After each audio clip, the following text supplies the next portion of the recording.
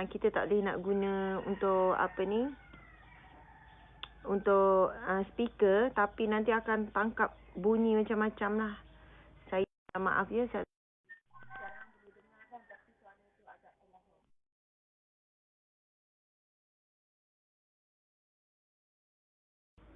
Kita akan mula ya, sahabat-sahabat sekalian. Kita tak dapat guna speaker lah, kita guna ni. Masya Allah. Ya, sebenarnya saya sedang berada di kampung suami di Besut, Kuala Terengganu. Sekejap je malam tadi, petang semalam sampai. Sekejap lagi sekejap lagi selepas duha nanti akan bertolak. Macam tu lah. Sebab urusan untuk beberapa urusan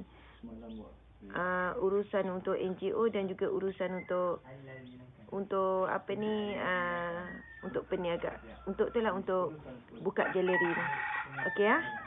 Oh, bunyi ayam berkokok kiri dan kanan. Masya-Allah. Okey, seperti biasa, sahabat-sahabat semua, kita akan mulakan dengan bacaan Al-Fatihah. Kemudian 10 ayat awal dan 10 ayat terakhir Al-Kahfi. Kemudian Asmaul Husna. Jadi saya ada menjemput tetamu yang istimewa. Bukan adik ni, anak saya ni. Nama penuh Muhammad Syafiq Ikhwan. Muhammad Syafiq Ikhwan. saya kali pertama jumpa dia. Semalam sampai sini, lepas tu tengok dia sedang tolong ayah dia. Ustazah tak dengar suara yang berkokok lagi kuat, dia orang kata. Okey. Tak, kita kena cakap dekat. IG okey. IG memang okey guna ni. Faham kan? Maksudnya yang ni dia akan tangkap semua suara kat luar. Okey, tak apalah ya. Kita dengarlah apa yang mampu ya. Jadi semalam jumpa ada anak ni. Rupanya memang saudara belah suami juga. Masya Allah macam sepupu jauh lah. Sepupu, dua pupu kait dengan sepupu sepupu. Lebih kurang sepupu kepada suami. Masya Allah, seorang anak muda yang sangat baik. Saya pun baru kenal sama ni beliau belajar di tahfiz. Umurnya 17 tahun. Masya Allah. Ustaz Syafiq kita umur 17 tahun. Rupanya dah selalu jadi imam. Jadi saya nak jemput dia. Bila tengok tu ketika esok Ustazah nak jemput kamu ya. Untuk memulakan. Mula dengan Al-Fatihah. 10 ayat awal. Supaya akhir Al-Kafi. Lepas tu sambung Asma'ul Husna. Boleh dah? Okey, jemput silakan. Masya Allah. Kena kuatkan suara. Boleh buka. Buka terus je. Sebab masalah speaker kita ni. Okey.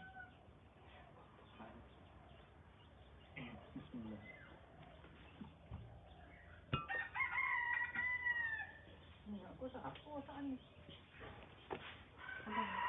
Abang kena cakap.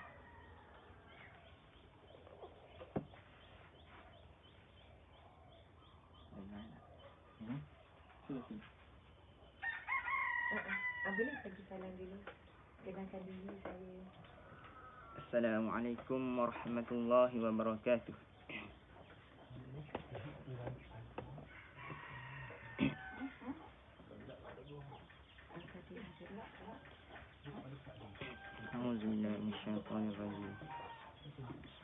Bismillahirrahmanirrahim.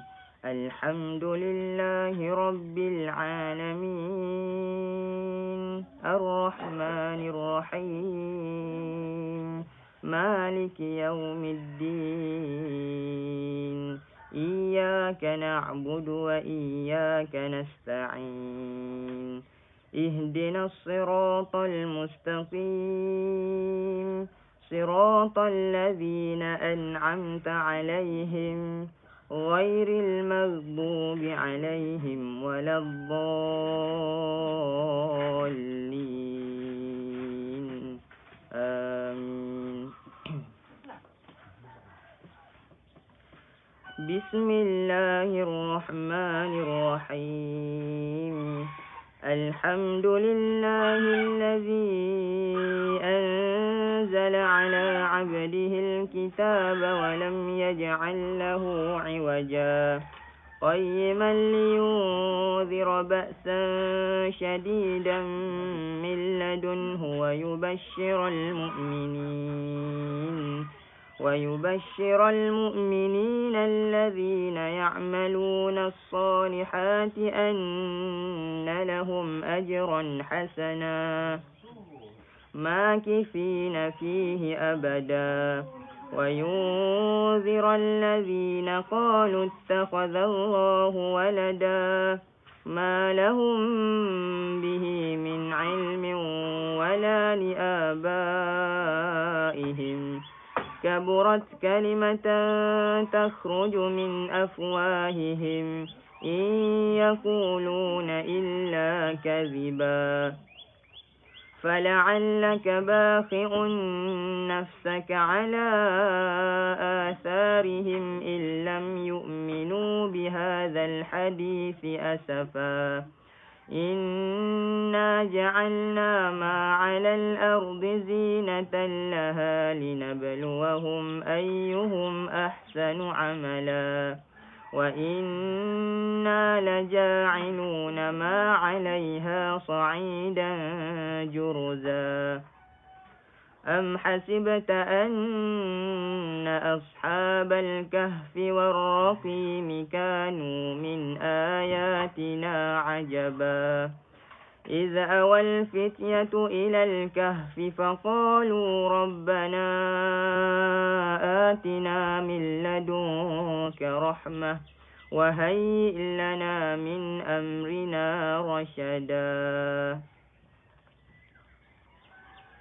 الذين كانت أعينهم في غطاء عن ذكري وكانوا لا يستطيعون سمعا أفحسب الذين كفروا أن يتخذوا عبادي من دوني أولياء إنا أعتدنا جهنم للكافرين نزلا قل هل ننبئكم بالأخسرين أعمالا الذين ضل سعيهم في الحياة الدنيا وهم يحسبون أنهم يحسنون صنعا أولئك الذين كفروا بآيات ربهم ولقائه فحبطت أعمالهم فلا نقيم لهم يوم القيامة وزنا ذلك جزاؤهم جهنم بما كفروا واتخذوا آياتي ورسلي هزوا إن الذين آمنوا وعملوا الصالحات كانت لهم جنات الفردوس نزلا خالدين فيها لا يبغون عنها حولا قل لو كان البحر مدادا لكلمات ربي لنفد البحر قبل أن تنفد كلمات ربي ولو جئنا بمثله مددا قل إنما أنا بشر مثلكم يوحى إلي أنما إلهكم إله واحد فمن كان يرجو لقاء ربه فليعمل عملا صالحا ولا يشرك بعبادة ربه أحدا صدق الله العظيم.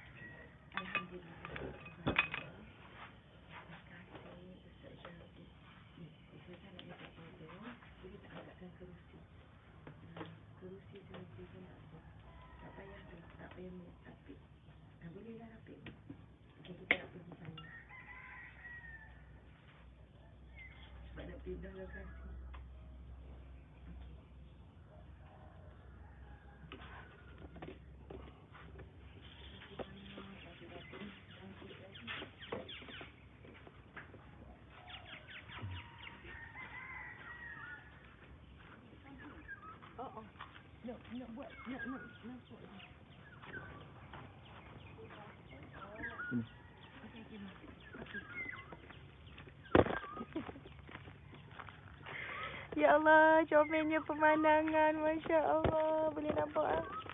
Okey, boleh letak. Makasih. Hah? Tak, comel dah. Okey dah. Boleh buat rapat.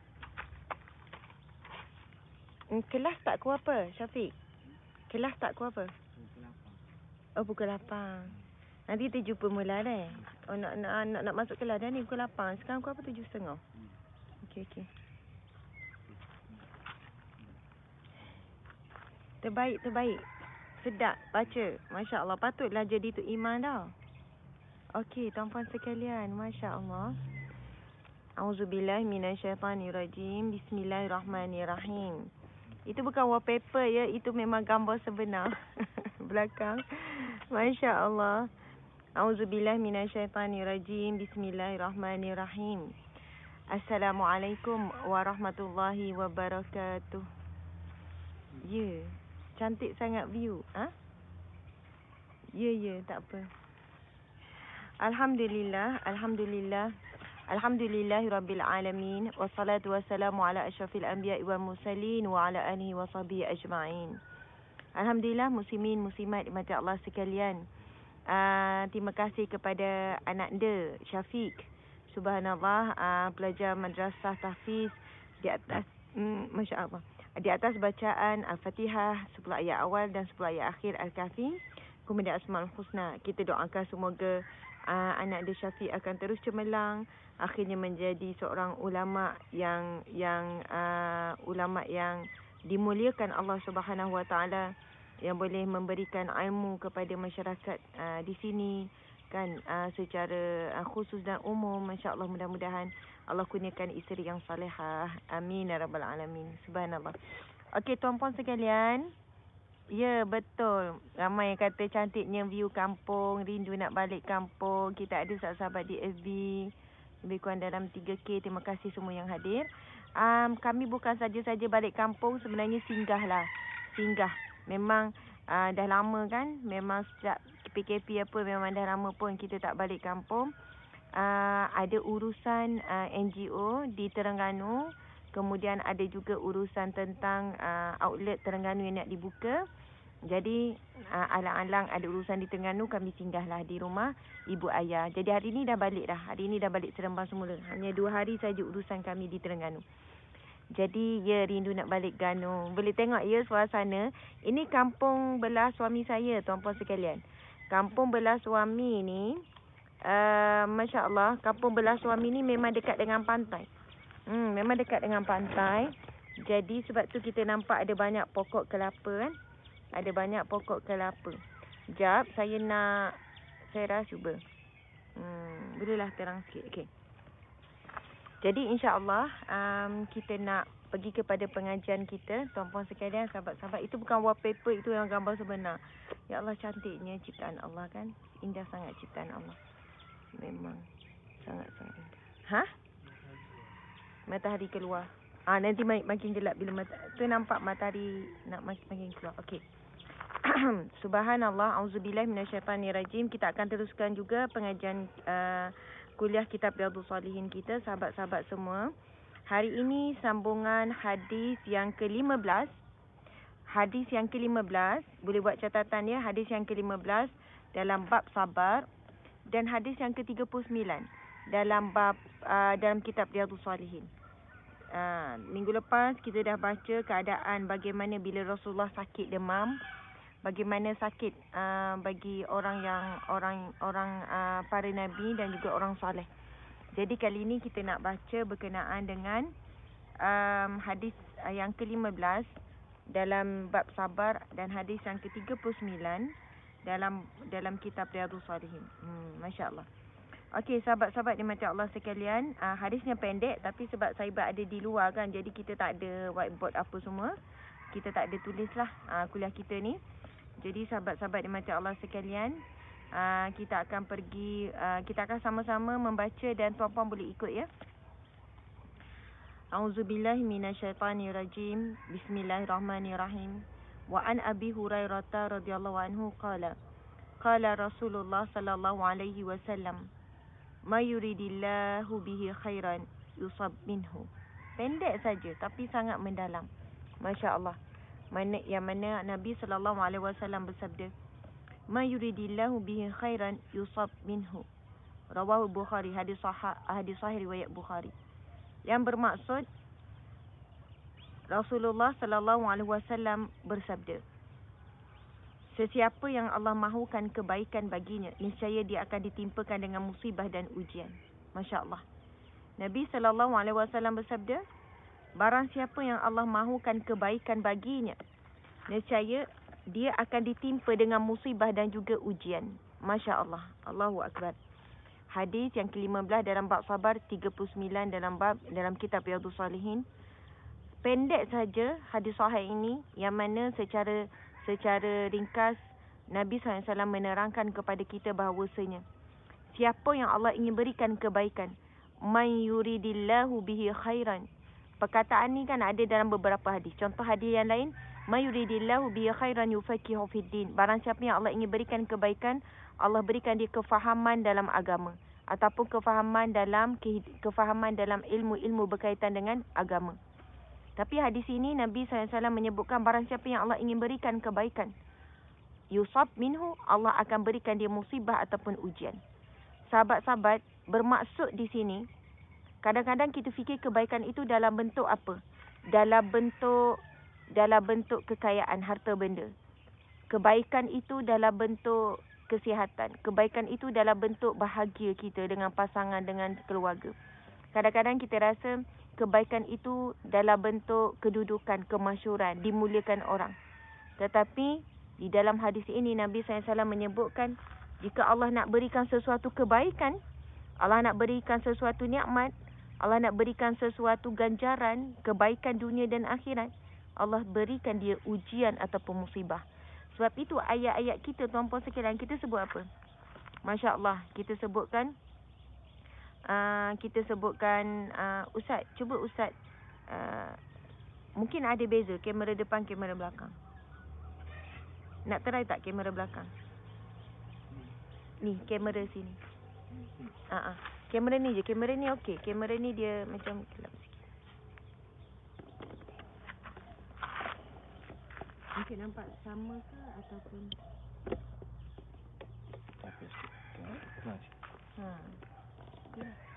okey ya? Okey, sahabat, tapi Encik kena kontrol lah. Okey, Masya Allah, sahabat-sahabat dimati Allah sekalian. Jika kita tengok hadis yang Nabi SAW sebut tu, ia memberikan satu macam kontra kan? Kenapa nak beri kebaikan, lepas tu beri ujian? Bukankah daripada ujian tu membuatkan kita jadi down? Ujian tu membuatkan kita jadi sedih. Ujian membuatkan kita jadi terduduk, kita jadi kecewa. Tapi dalam hadis tu Nabi sebut, mayuridillahu bi khairan, barang siapa yang Allah ingin berikan kebaikan, Allah yusibhu, kan, yusab minhu, Allah akan berikan ujian ataupun musibah. Masya Allah. Dan biasa kita dengarkan perkataan ataupun ayat yang menyebutkan tentang orang-orang kita tak apa, Allah nak beri sesuatu yang lebih baik. Ayat tu kan kita guna. Tak apa, Allah nak berikan kita sesuatu yang lebih baik. Adalah hikmah ni. Allah nak berikan, adalah rahsia Allah di sebalik ni. Jadi ayat-ayat kita tu sebenarnya ayat yang benar. Ia bertepatan dengan hadis Nabi SAW. Nabi sebut secara jelas, siapa Allah ingin berikan kebaikan kepadanya, yusab minhu, Allah akan berikan musibah, Allah berikan ujian. Jadi ayat-ayat motivasi ataupun perkataan yang kita selalu sebut bila kita ziarah orang sakit, bila kita tahu dia diuji, contohnya bankrupt, diuji dengan kehilangan orang yang tersayang ke, kita sebut apa pujuk diri dia? InsyaAllah ada sesuatu Allah nak bagi ni, kan? Sesuatu apa? Dalam hadis ni sebut sesuatu kebaikan. Dan bila kebaikan datangnya daripada Allah, tuan-puan sekalian, ia di luar daripada jangkaan fikiran kita. Dan kebaikan yang kalau Allah nak bagi, mesti meliputi kebaikan dunia dan kebaikan akhirat. Dan sudah tentu kita menginginkan kebaikan akhirat. Dan yang paling tahu tentang apa baik, apa buruk untuk hidup kita, siapa yang paling tahu? Allah Subhanahu Wa Taala yang paling tahu. Allah Subhanahu Wa Taala paling tahu apa yang baik dan apa yang buruk. Jadi bila Nabi SAW sebut hadis yang sahih ini menyebutkan tentang barang siapa yang Allah ingin berikan kebaikan baginya, berikan kebaikan untuknya, mayuridillahu bi khairan, yusab minhu, Allah akan berikan kepadanya ujian ataupun musibah. Siapa yang sekarang ini sedang diuji? Siapa sekarang yang sedang dalam musibah? Kita semua dalam ujian Allah Subhanahu Wa Taala. Maka pagi ini kita menerima satu kabar gembira. Dan tolong kuatkan diri kita. Kan, pilih untuk sabar, pilih untuk tenang. Kerana kabar gembira daripada hadis Nabi ini, Nabi sebut, Allah ingin berikan kita kebaikan. Jadi kita kena buat apa sekarang? Bertahan dalam ujian Allah. Bersangka baik dengan Allah. Allah uji kita bukan Allah benci. Allah uji kita bukan sebab Allah nak tarik nikmat daripada kita. Tetapi Allah nak gantikan dengan kebaikan yang banyak. Masya Allah, Alhamdulillah. Suara kurang jelas sikit bila tukar ni. Gambar pun kurang jelas. Okey. Tukar. Kita balik. Oh, macam tu. Tak apalah, kita try and error. Okey, sahabat-sahabat dimati Allah sekalian. Sekarang kita akan bacakan hadis yang kedua pada hari ini. Kita cuba je lah ya macam mana, sebab kita dah buat. Kami sebenarnya telefon live tu ada masalah teknikal. Semalam memang staff dah bertolak balik. Dia bawa balik sekali telefon tu. Jadi kita ni guna telefon yang ada, yang tak boleh nak connect dengan ni. Okey, macam itulah. Okey, jadi hadis yang kedua kita akan bacakan sahabat-sahabat sekalian. Ini nak menjawab soalan. Ada orang kata boleh tak berdoa supaya sebab tak tahan dah dengan sakit, tak tahan dah dengan ujian, kita doa supaya mati. Kan ada ayat orang kata lebih baik aku mati.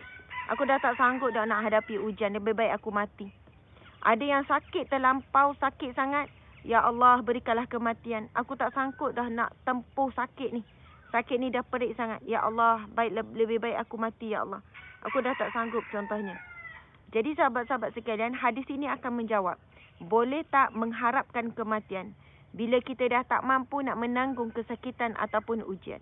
Boleh tak minta doa dengan Allah supaya mati? Okey, baik. Kita tengok hadis yang ke-16 dalam bab sabar. Ia merupakan hadis yang ke-40 dalam kitab Riyadhus Shalihin. Masya Allah. Bismillahirrahmanirrahim. Wa an Anas radhiyallahu anhu qala Rasulullah sallallahu alaihi wasallam la yatamannayanna ahadukumul mauta lidurrin asabah fa in kana la budda fa'ilan falyaqul Allahumma ahyini ma kanatil hayatu khairan li wa tawaffani idza kanatil wafatu khairan li. Muttafaqun alaih. Ia adalah hadis riwayat Bukhari dan Muslim, hadis sahih. InsyaAllah tuan-tuan sekalian, mari kita tengok maksud dia. Hadis ini akan menjawab, boleh ke kita minta supaya kita ni dimatikan oleh Allah? Boleh tak kita mengharapkan kematian?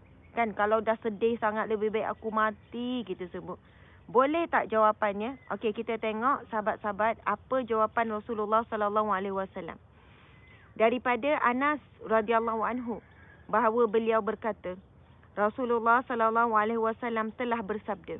Nabi bersabda, jangan sekali-kali seseorang daripada kamu meminta dan berharap untuk mati dengan apa jua mudarat ataupun perkara buruk yang menimpanya. Yang pertama, Nabi pesan pada kita, jangan sekali-kali seseorang daripada kamu meminta dan berharap untuk mati.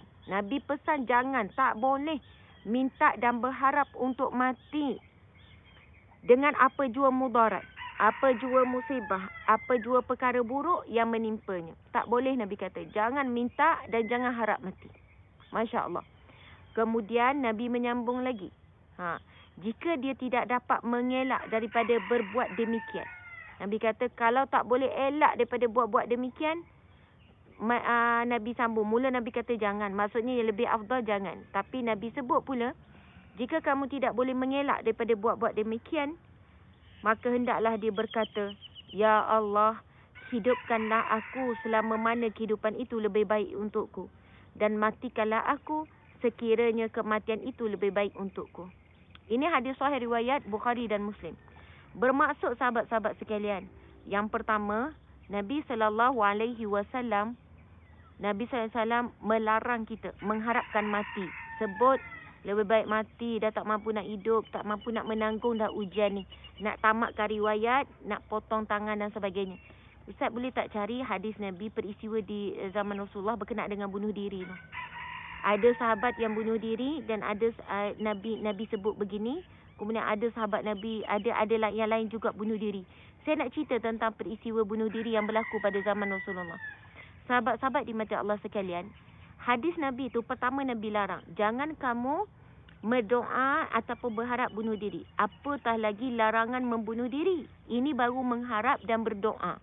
Meminta dan juga berdoa dan ingin, maksudnya menyebutkan tentang lebih baik bunuh diri. Itu pun Nabi larang. Berdoa supaya dimatikan. Berharap dan berdoa Nabi dah larang.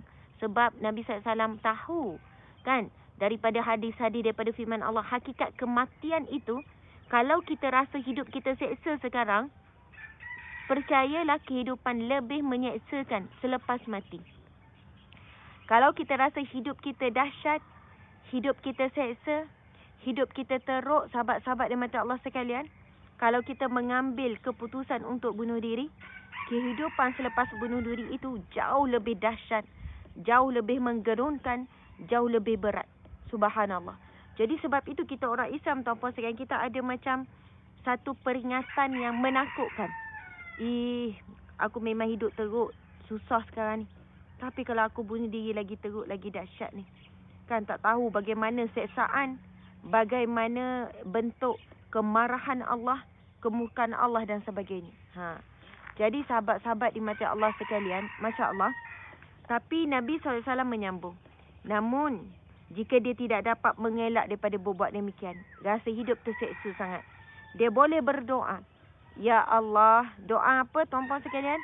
Dengan doa, Ya Allah, sekiranya kematian, kehidupan ini lebih baik untukku di sisimu ya Allah, maka teruskanlah hidupku. Tetapi sekiranya kematianku, mati itu lebih baik bagiku di sisimu ya Allah, maka matikanlah aku ya Allah. Jadi first Nabi kata tak boleh kita minta dan berdoa supaya mati. Kita sebut-sebut lebih baik aku mati, aku nak pergi mati, aku dah tak boleh hadap dah muka ni. Jangan. Tuan-puan sekalian, Nabi larang. Dilarang untuk kita sebut berkenaan dengan kematian dan mengugut dengan kematian. Janganlah kita ugut-ugut anak kita. Contoh bila nak marah, kalau Umi mati baru tahu. Umi nak mati, Umi dah stres dah dengan kamu ni. Kamu jangan menyesal. Janganlah kita sebut-sebut dan mengugut-ngugut dan mengharap-harap kematian tuan-puan sekalian. Jadi kita lihat bagaimana Rasulullah santun bila ditanya tentang bab boleh tak mengharap dan berdoa untuk kematian. Nabi kata jangan. Kamu dilarang untuk meminta, berharap, berdoa tentang kematian. Walau apa jua sebab mudarat yang berlaku terhadap diri kamu. Ataupun disebabkan apa jua alasan.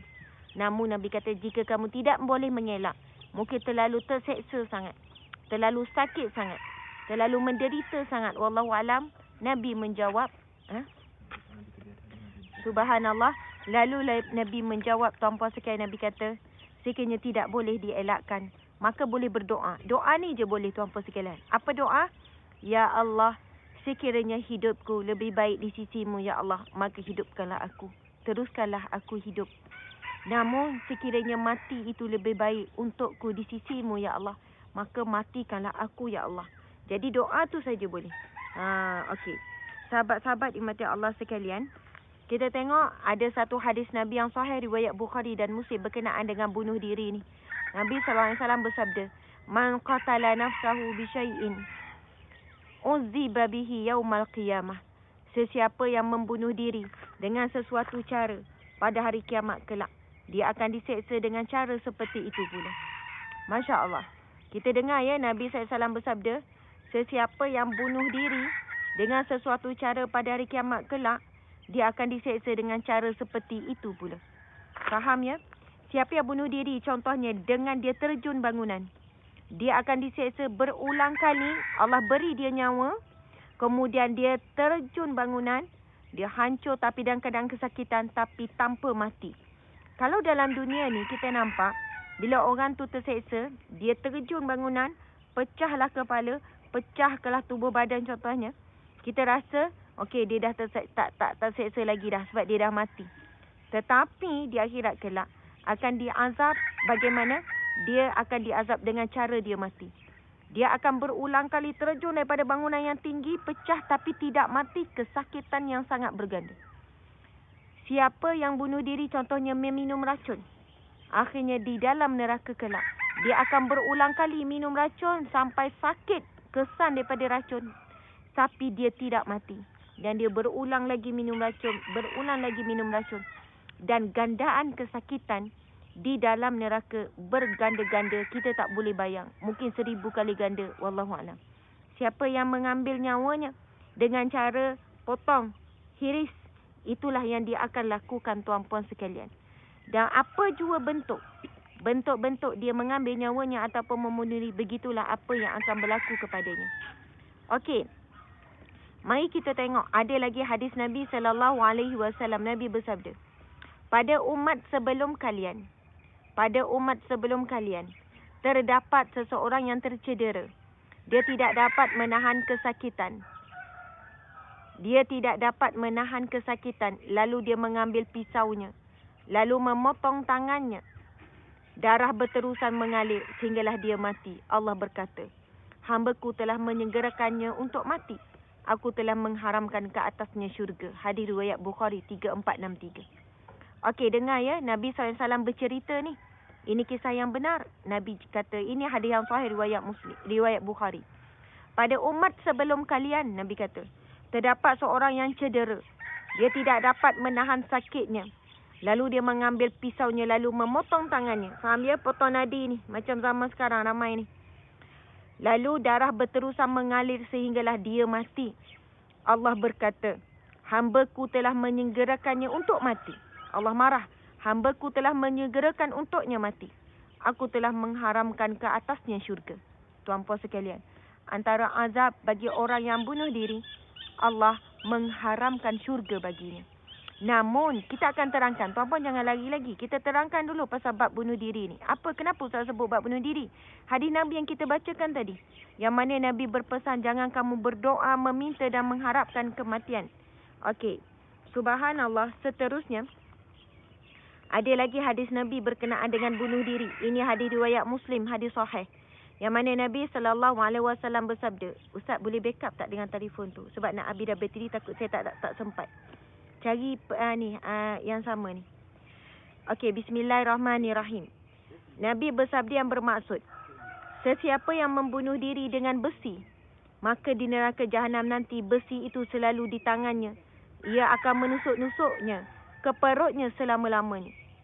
Dan barang siapa bunuh diri dengan meminum racun, maka di neraka jahanam nanti ia akan terus meminumnya selama-lamanya. Dan barang siapa bunuh diri dengan menjatuhkan diri dari gunung, maka dia di neraka jahanam nanti, ia akan menjatuhkan dirinya selama-lamanya. Dengar, Nabi SAW sebut apa? Barang siapa yang bunuh diri dengan menyucuk-nyucuk ataupun dia dengan besi, maksudnya dengan pisau.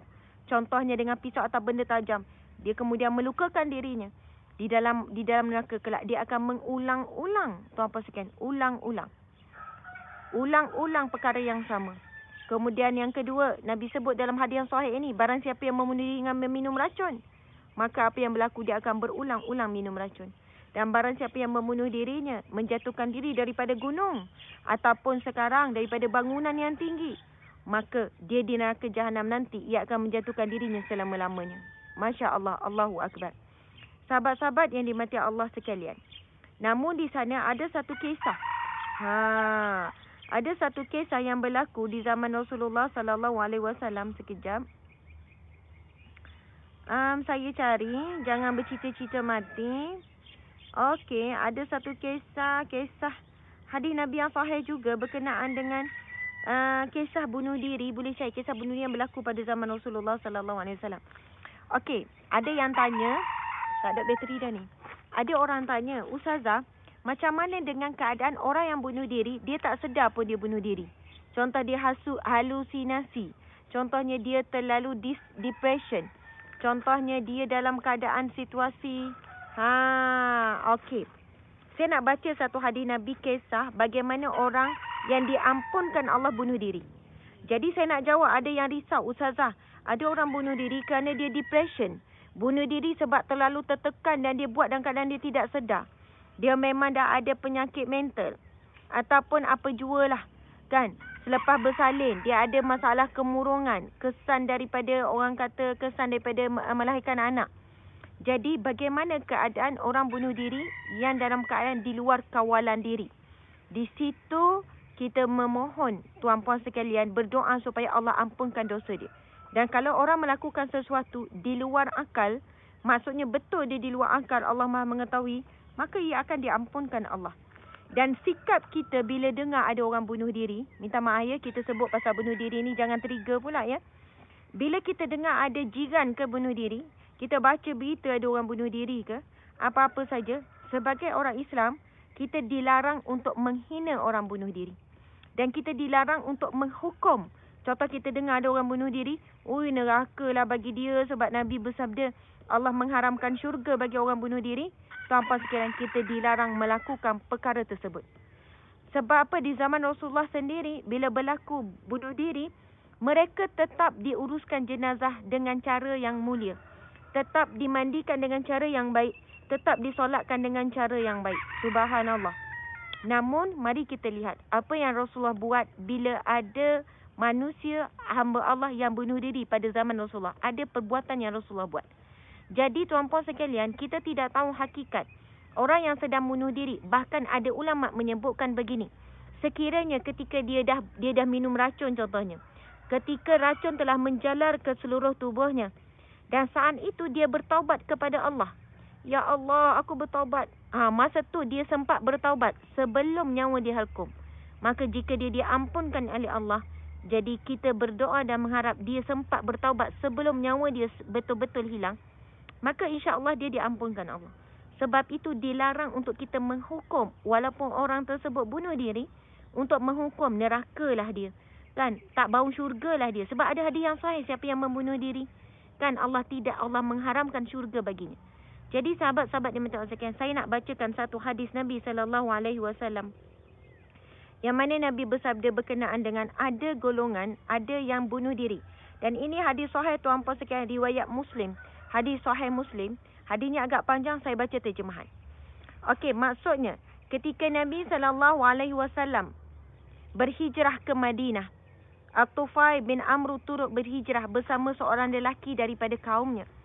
Keadaan cuaca di Madinah tidak sesuai dengannya. Lalu lelaki itu jatuh sakit dan tidak dapat menahan kesakitan itu. Lalu dia mengambil mata anak panah. Lalu memotong tangannya. Maksudnya hiris tangan tu apa sekalian. Cara bunuh diri sekarang. Lalu darah mengalir keluar daripada tangannya hingga dia mati. Subhanallah, hingga dia mati. At-Tufai melihat lelaki itu dalam mimpinya. Faham cerita ya? Ada seseorang ketika hijrah Nabi, dia pun turut berhijrah.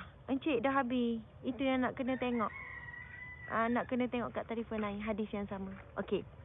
Tapi hadis tu memang saya kena baca.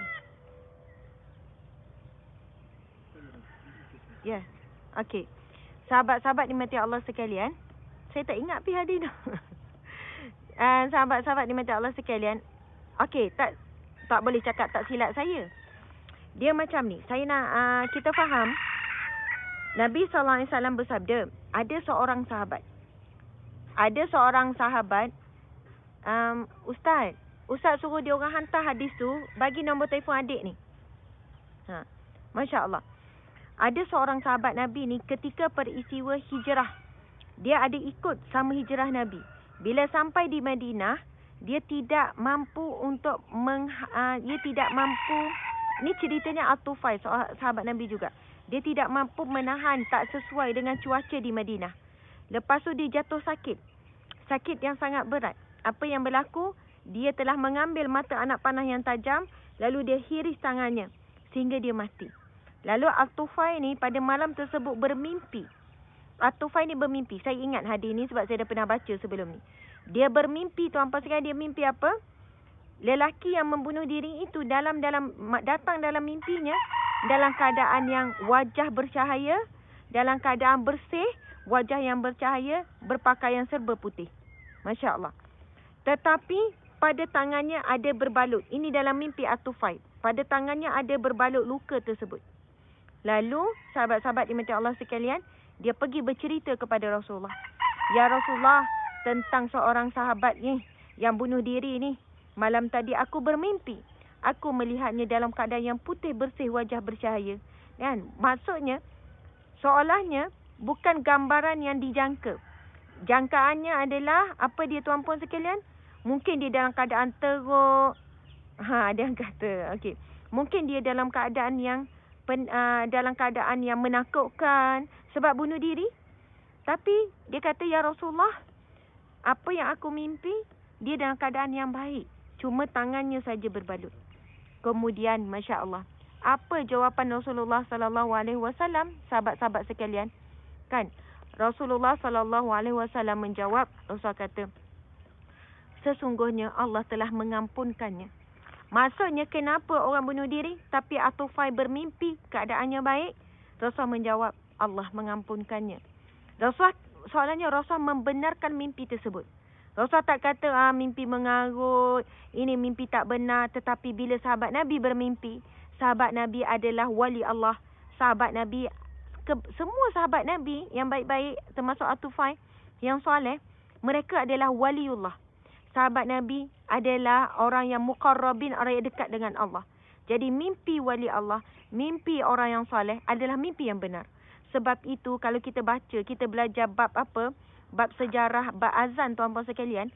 Azan, bagaimana kalimah azan itu diilhamkan oleh Allah bukan direct kepada Rasulullah. Dua orang sahabat bermimpi kalimah azan. Salah seorangnya Sayyidina Umar radhiyallahu anhu. Seorang lagi saya tak ingat. Masa tu Rasulullah duduk bincang macam mana nak manggil orang untuk datang solat jemaah. Ada seorang sahabat yang lain pun kata, "Ya Rasulullah, kita naikkan api di atas bukit. Bila api tu nampak, orang tahu itu waktu solat dan dipanggil untuk solat." Ada yang cadang, "Ya Rasulullah, kita pasang loceng. Bila bunyi loceng, orang tahu itu waktu dah masuk, kita panggil orang solat." Kemudian ada pula sahabat lain pula yang kata, "Ya Rasulullah, kita ketuk." Macam-macam lah cadangan. Tapi pada malam tersebut, dua orang sahabat Nabi bermimpi lafaz azan yang kita sampai pada hari ini. Sayyidina Umar jumpa Rasulullah, "Ya Rasulullah, malam tadi aku bermimpi. Kan, kita menyeru panggilan untuk solat dengan panggilan azan hari ini. Allahu Akbar, Allahu Akbar. Kan, hayya ala solah, hayya ala falah dan sebagainya." Kemudian Rasulullah jawab apa? "Mimpi kamu benar, wahai Umar." Lalu Rasulullah panggil Bilal, "Wahai Bilal, mulai daripada sekarang, kamu menyeru dengan umpama panggilan ini untuk menyeru orang untuk solat." Maksudnya Rasulullah dapat ilham ataupun wahyu berkenaan dengan solat, dengan azan, bukan melalui daripada pantaran malaikat Jibril daripada Rasulullah, tapi melalui mimpi para sahabat. Dan ada banyak lagi peristiwa daripada sahabat yang mana Rasulullah membenarkan. Sebab sahabat-sahabat Nabi adalah waliullah. Begitu juga dengan kisah yang kita baca tadi, At-Tufail ni, sahabat Nabi ni. Kan dia bermimpi dengan keadaan orang yang bunuh diri, tapi malam tersebut dia memimpi. Okey, kita sambung. Saya dah sambung balik hadis Nabi ni.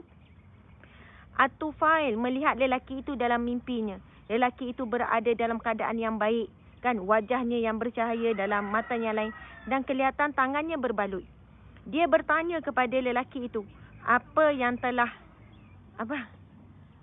Dia bertanya kepada lelaki tersebut, "Apa yang telah Tuhan kamu lakukan kepadamu?" Apa yang Tuhan telah lakukan kepadamu? Rupanya dalam mimpi ni At-Tufail berbicara dengan lelaki yang bunuh diri itu.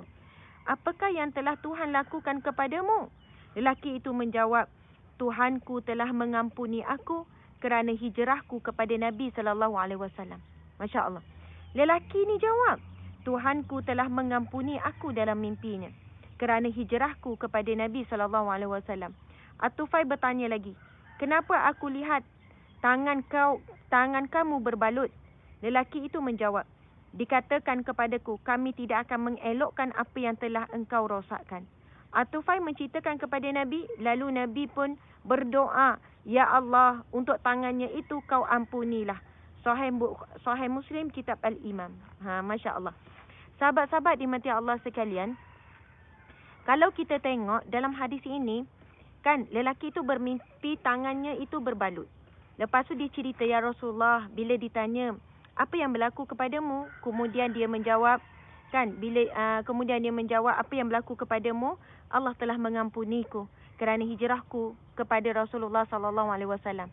Kemudian lelaki ni pun pergilah bercerita kepada Rasulullah SAW. Kan, bila bercerita kepada Rasulullah SAW tentang bab tangan dia masih berbalut, Rasulullah pun berdoa, "Ya Allah, ampunilah dia ke atas tangannya itu." Nampak tak? Sebab apa? Yang lain dah elok. Yang lain elok je. Tak ada nampak buruk, teruk dan sebagainya. Tetapi sahabat-sahabat dimati Allah sekalian, bila Nabi dengar cerita sahabat ni kata tangannya tu masih berbalut, sahabat-sahabat sekalian, lalu Rasulullah mendoakan, "Ya Allah, ampunilah dia akan tangannya." Maksudnya soalannya Rasulullah berdoa meminta supaya eloklah semua. Termasuklah elokkanlah juga tangannya. Masya Allah. Kenapa elokkan tangan? Kenapa tu Encik? Kenapa tu? Okey. Banyak ni depan saya, macam-macam drama ada depan saya ni. Elokkanlah macam-macam ni jiran-jiran mari tengok. Bila sebut elokkanlah tangan, maksud Nabi mendoakan kebaikan. Namun sahabat, di zaman Rasulullah SAW, bila ada kes bunuh diri, dan bunuh diri ni berlaku zaman Rasulullah, apa yang Rasulullah buat adalah Rasulullah tidak menyolatkan jenazahnya. Bukan kata tak solat jenazah. Nabi memerintahkan bila ada kes bunuh diri, Nabi memerintahkan supaya sama mandikan jenazah elok, kafankan elok dan kuburkan elok, buat seperti mana orang biasa. Tetapi Nabi sendiri tidak menjadi imam kepada solat jenazah, Nabi tidak hadir. Jadi pada zaman sekarang, sekiranya ada kes bunuh diri, kemudian diuruskan, namun ada imam, ada alim ulama yang enggan bila diminta, kan, tolong jadi imam, dan dia enggan. Itu di antara kaedah yang disebut oleh alim ulama. Saya dah baca tuan-puan sekalian syarah berkenaan dengan isu ini. Alim ulama menyebutkan di antara cara mendidik masyarakat supaya janganlah memilih mati bunuh diri kerana ia sangat hina dan ia dipandang buruk dalam daripada Islam. Bahkan Nabi sebut dalam hadis yang sahih tadi, Allah mengharamkan syurga bagi orang yang sengaja bunuh diri. Masya Allah tuan-puan sekalian. Jadi Nabi sendiri tidak hadir kepada solat jenazah, tetapi solat jenazah wajib tetap dibuatlah. Cuma itu cara Nabi untuk menunjukkan Nabi enggan. Sama juga Nabi pernah enggan untuk solatkan jenazah orang yang masih berhutang, yang tidak mampu bayar hutang. Nabi tanya, dia ni ada hutang tak? Kan bila sahabat kata, ya Rasulullah, sesungguhnya dia ada hutang dan dia tak mampu nak bayar hutang.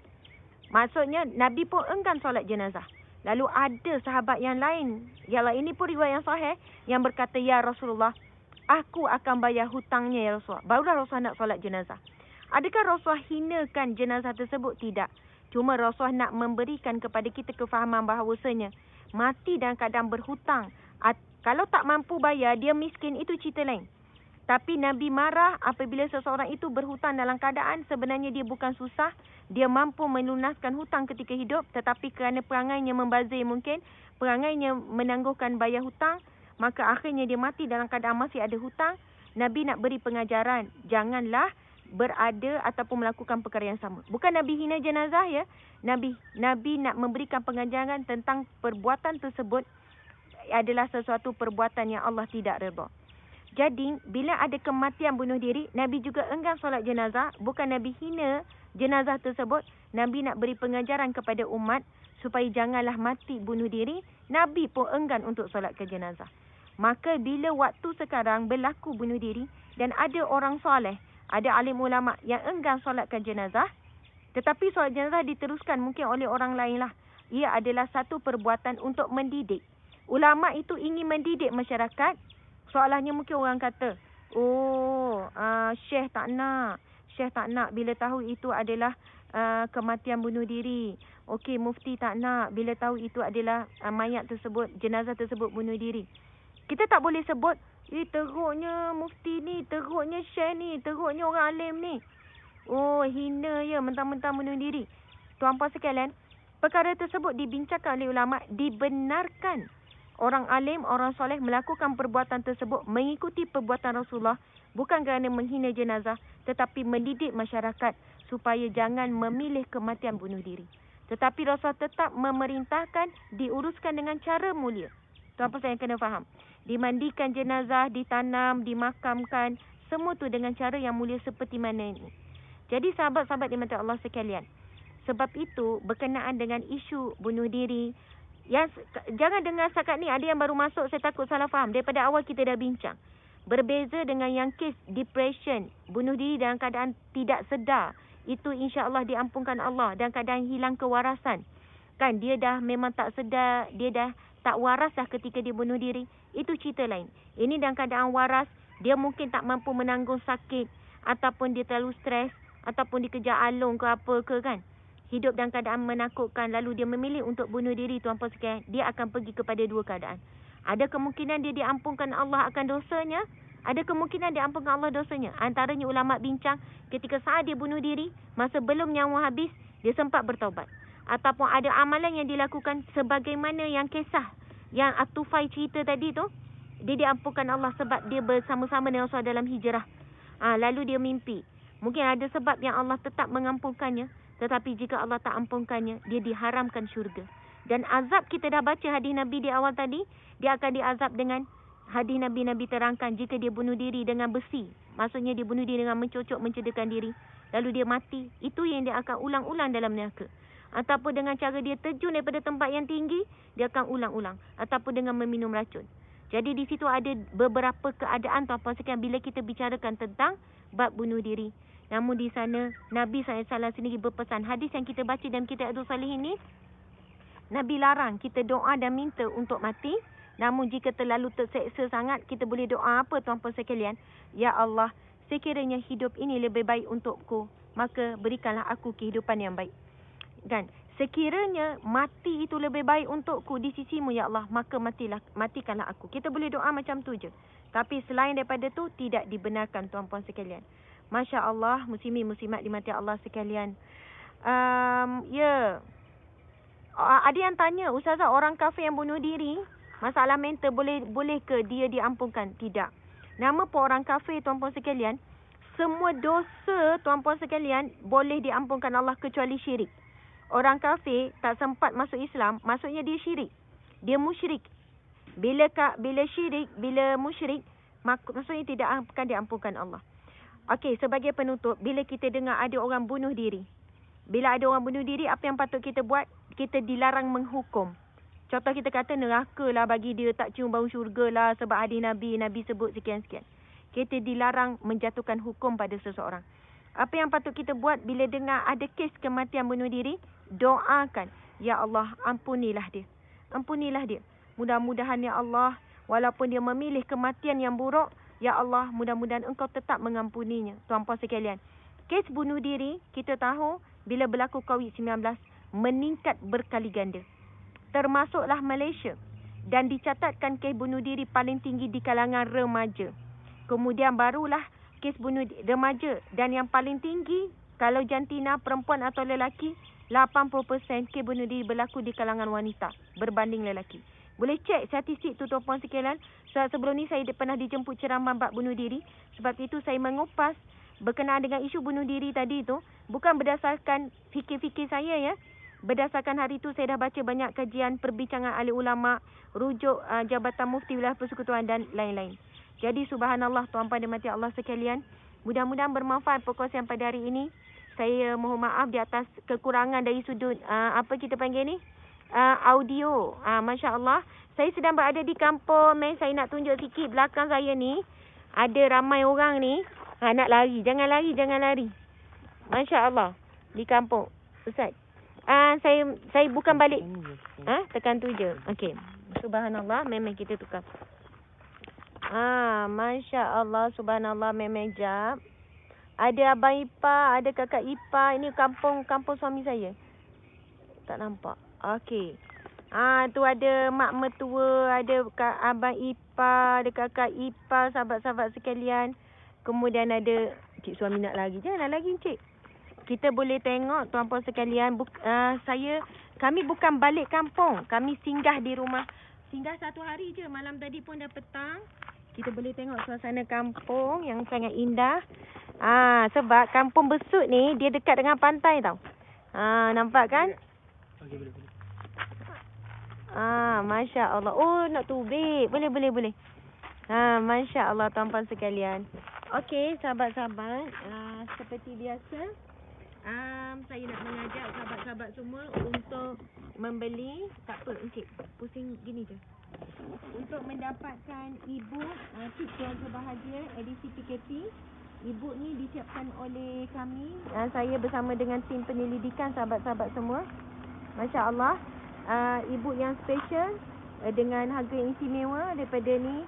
Ini adalah satu bentuk sokongan kepada gerak kerja dakwah dan juga amal yang kami lakukan. Kerana ia akan masuk kepada sumbangan NGO Sahabat Amal Care dan juga sustain pengajian kami. Okey, subhanallah. Okey, Kak Tai, jumpa lagi. Okey, muslimin muslimat sahabat sekalian, mohon maaf kalau silap dan kekurangan. Mudah-mudahan apa yang kita kongsikan memberi manfaat dan pengajaran yang baik untuk kehidupan dunia dan akhirat. Jumpa lagi besok petang ni. Lepas ni kami bertolak dah balik Seremban. Esok kita akan bersiar daripada studio. InsyaAllah tak ada masalah audio dah. Mudah-mudahan sahabat-sahabat sekalian dalam keadaan dalam rahmat Allah.